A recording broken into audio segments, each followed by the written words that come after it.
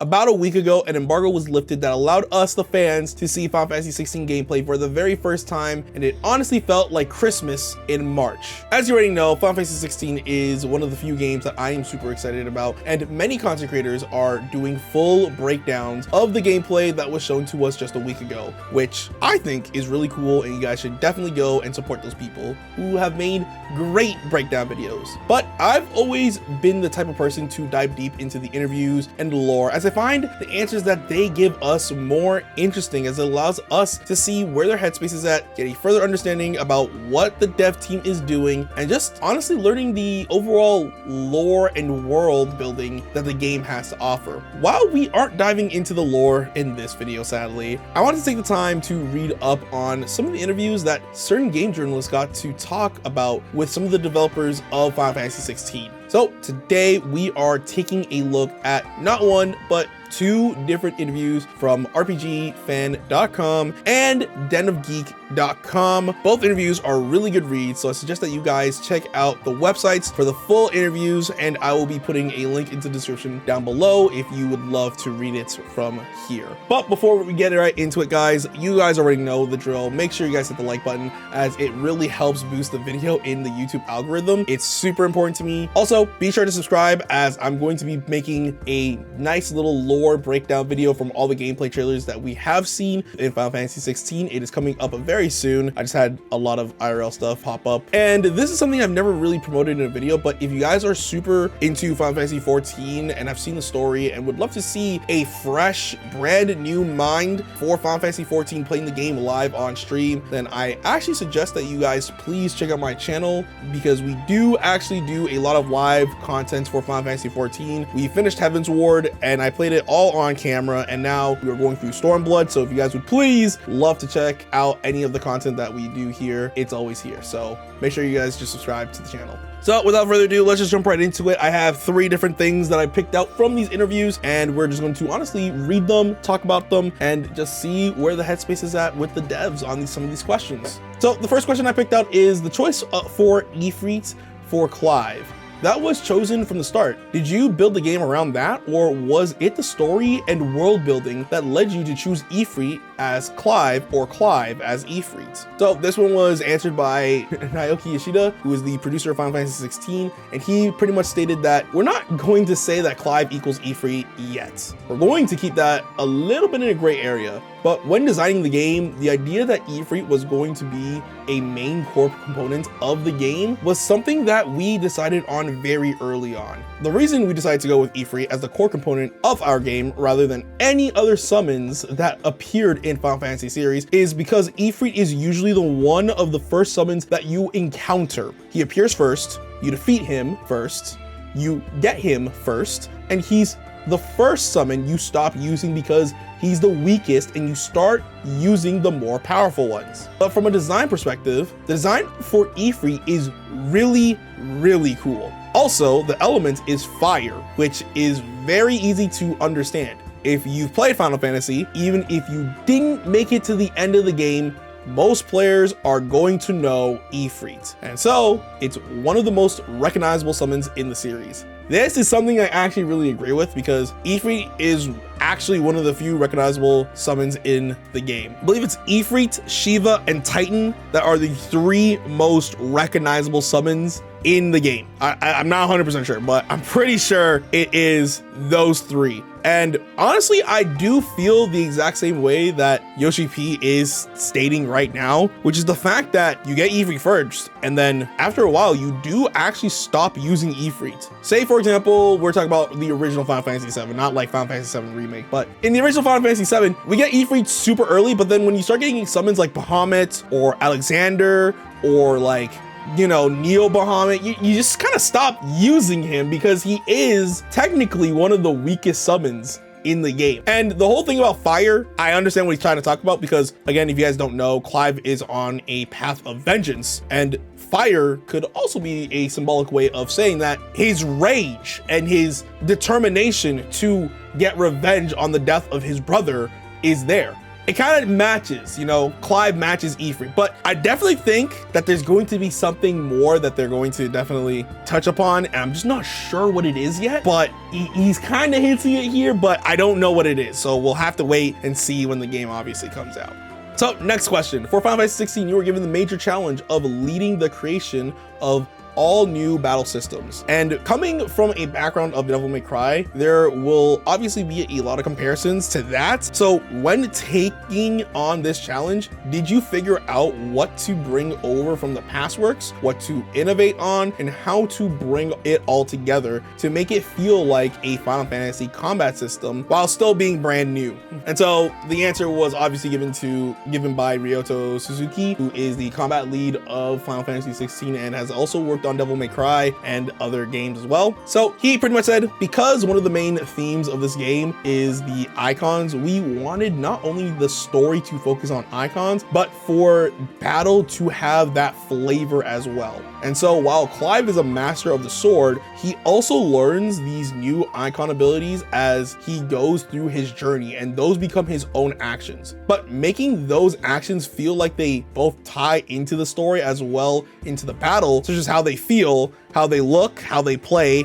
and how they pertain to where he is in the story, was the main challenge. The other thing is that this is the first action game in the Final Fantasy series, as it's going to be, for some of our series users, the first action game that they've ever played. So we wanted to make sure that it is accessible to these users, but at the same time, we wanted it to also be something that's going to excite the heavy action users, those users that like Devil May Cry and those type of action games. Something that has a very low floor, but also a very high ceiling, and covering all the bases while still feeling really, really good.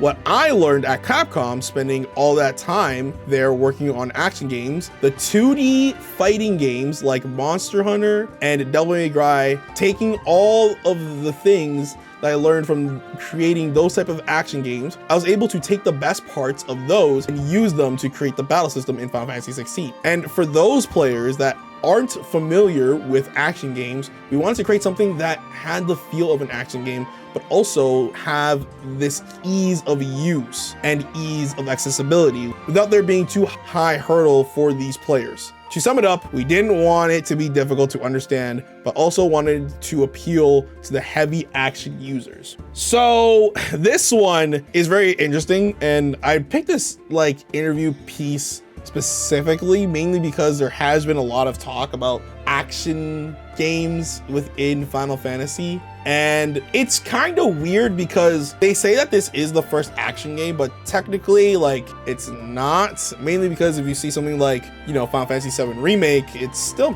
technically an action game, but this one is specifically centered around just Clive and the action that he's going to be doing. It is going to be more Devil May Cry like, because the guy literally did the action in Devil May Cry, and I'm totally fine with it because I've played games such as Bayonetta, and I personally think the action and combat in this game looks amazing. I know there are some people out there who are saying that it doesn't look that great or it's not as good as it should be, but honestly, to me, I'm not gonna let that like stop me from playing this game, as to me, the action and the direction that they're trying to go for, which is something that I've seen and heard them say, is that they've been trying to go for this like God of War like type of RPG. And I really do think that it has that, but still being more DMCA, if that makes sense. The action and combat looks really good. I love where they're going with it within this game, and I hope that we get to see even more of that and see it be much more elevated than what it is right now. So definitely excited to see it.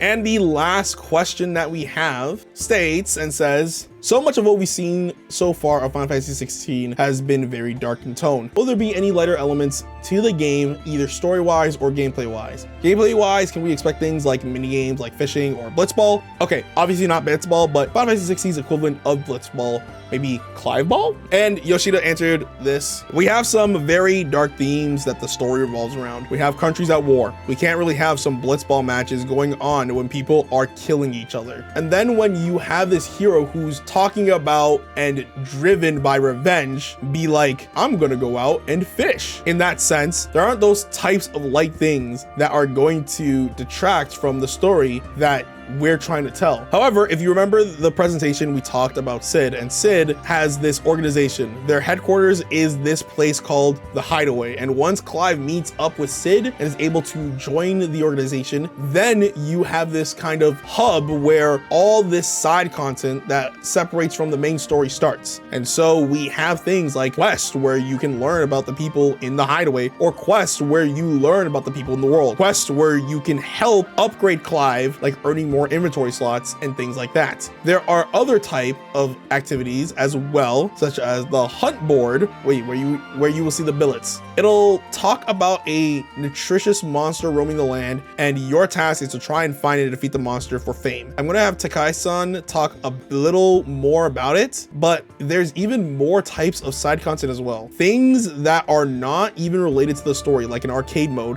where you can earn high scores, which has a leaderboard and things like that. We'll have him talk about that more later, but one thing we want you to understand is that the media tour and this demo that we have gave you takes out parts of the game focused on the combat. And so because of that, it's going to be very violent. It's going to be very dark. It's going to be very action oriented and not really touch upon the more lighter aspects of the game. There are lighter aspects. There are more emotional aspects of the game. You have themes such as brotherly love and love of a nation, love of others, these friendships, these bonds, and things that you've come to expect from Final Fantasy series. Those types of themes will also be covered in Final Fantasy 16 as well. And there are portions that are going to get deeply emotional. And there are also lighter parts, because when you talk about a story that's dark, it's always about finding hope in the darkness. And there's a lot of hope in this game as well. And then this one's from Takai-san, which he says, and like we mentioned before, while we don't have mini games such as fishing or blitzball, we do have a lot of content that focuses on our action and battle system.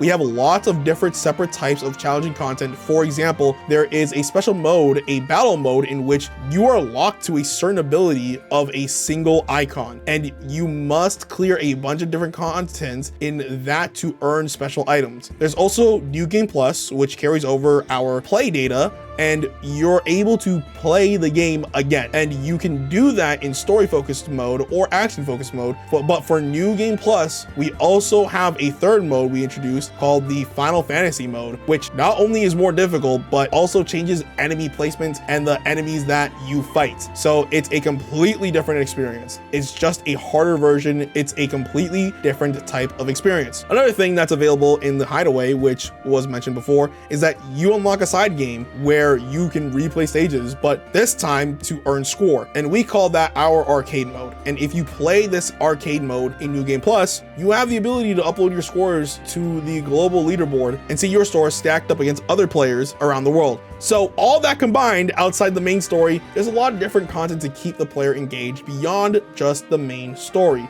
So I know this one was a very big and long one, but let's kind of like break it down. Something that I personally been noticing as a newer Final Fantasy fan is the fact that like there will be some really serious moments in Final Fantasy, and for some reason there is either a nice little lighthearted side objective that you can do immediately after probably some of the most gut-wrenching moments within Final Fantasy games. I would give an example, but honestly all the examples that I have to give are pretty much spoilers, and I don't want to spoil anyone in this video. But I feel like if you're going to do something serious, or if there is the fate of the world is at stake, we probably shouldn't go and play Blitzball right after. It doesn't really make sense. And I'm kind of glad that the devs know this, and Yoshida and Takai know this. It doesn't make sense for you to just completely abandon your quest to go fishing in a video game. I'll talk a little bit more about this in depth if people want to fight me in the comment section down below. But to me, I've always never understood the points where you'd kind of just stop your entire main quest objective to go and do things that don't really matter, like fishing. I understand hunting, because hunting for monsters matters, because you're helping the city, you're helping people,